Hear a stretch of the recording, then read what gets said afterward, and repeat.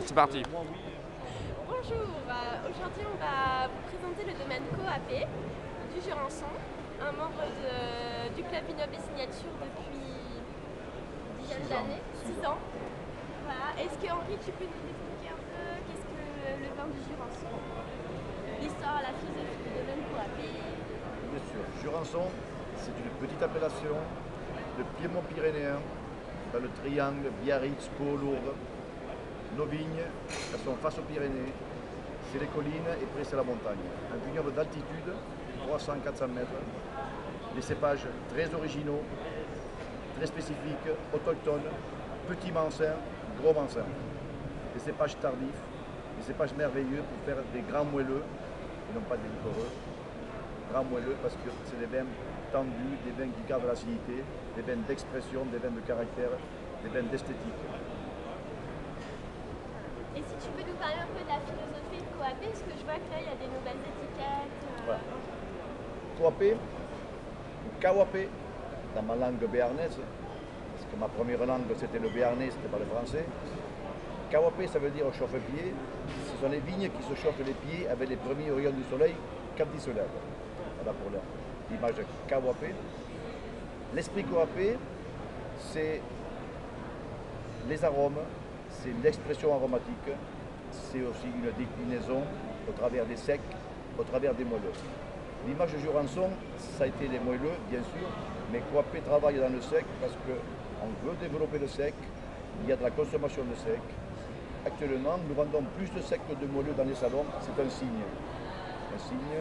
Et Coapé, c'est toujours en quête du meilleur, en quête, allez, pas de la perfection, mais on tend vers ça. Et actuellement, on est en phase de relooking de nos étiquettes. Et chaque produit sera représenté par une peinture qui est censée reproduire l'esprit du vin.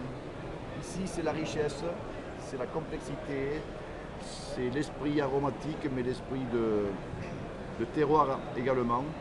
Et voilà, donc comme je dis, chaque produit aura une qualification, une démonstration, une expression au travers d'une peinture. Moi j'avais juste encore une question sur la participation au club Vignoble et Signature. Qu'est-ce que ça représente pour le domaine? Mais pour moi, accéder à Vignoble et Signature, c'est rencontrer de grands vignerons, c'était sortir de sa tanière béarnaise, et il est toujours bon de rencontrer des gens d'ailleurs, d'échanger des points de vue et dans une finalité de tomber ou de générer une synergie entre nous avec des adresses d'importateurs, d'agents, de discuter. Il est toujours bon on s'enrichit à discuter et à échanger avec des régions, des viticulteurs d'autres régions. Et dernière question, est-ce que tu es content de Vinexpo 2011? Mais Vinexpo 2011, je qualifie ce Vinexpo comme un Vinexpo, allez, je vais dire d'époque. C'est pas un Vinexpo de crise, c'est un Vinexpo d'époque. Nous avons changé quand même d'époque. Le Vinexpo, c'est un lieu de rencontre, un lieu où on renforce nos liens avec nos importateurs, nos clients, et ça c'est très important. Se fédérer davantage. Bien sûr qu'on est content quand un Chinois vient goûter nos vins.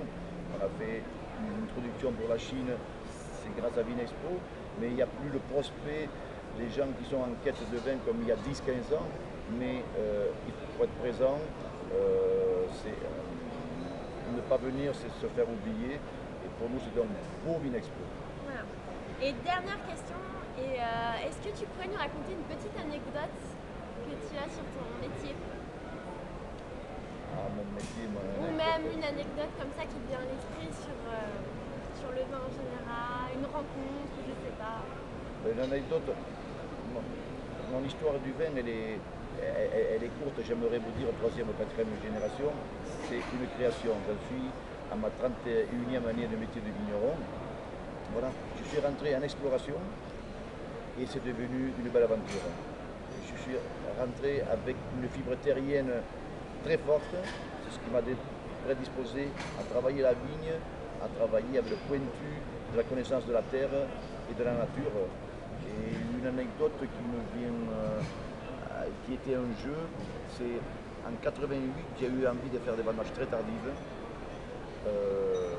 Des journalistes passent, ils goûtent ce vin, c'était inouï pour eux. Ils m'invitent à faire des Olympiades liquoreux à Vinexpo. J'ai failli ne pas le faire, mais quand j'ai vu le résultat, il y avait 11 pays, il y avait 70 concurrents. Et le Jurançon a fait 5e. Et pour moi, c'était quelque chose qui a boosté le Jurançon très fort. Et il y a 2 ans, c'est un peu une reconnaissance dans mon métier, j'ai été nominé viticulteur de l'année aux Oscars du vin en Allemagne.